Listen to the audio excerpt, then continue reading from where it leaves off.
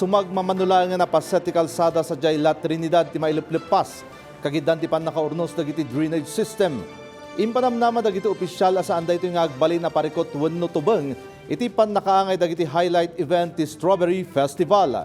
Report idanon ni Audrey Villena.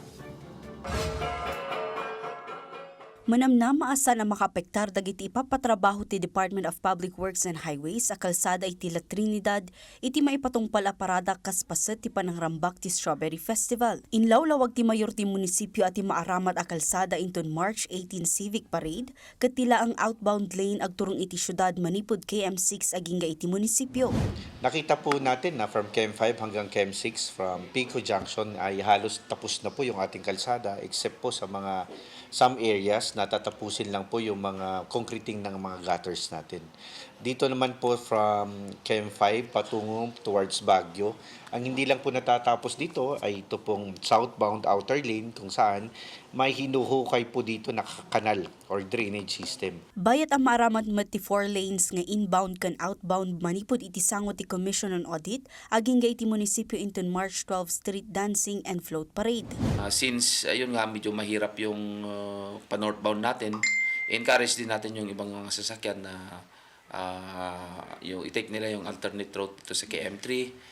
Pwede silang dumaan sa may sanitary camp bridge going to Aurora Hill, then Ambyong na to Tawang, lalabas na sila ng Halsima.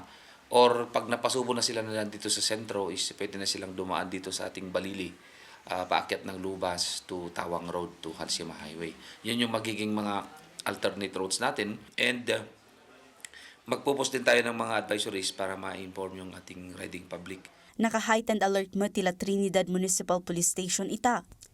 Dumanon iti 251 a uniformed personnel ti nakadeploy inton March 18 Civic kan March 21 Drum and Lars Street Dancing and Float Parade. Katinulong damat lang dagiti student interns kan dagiti volunteers. So expected yan na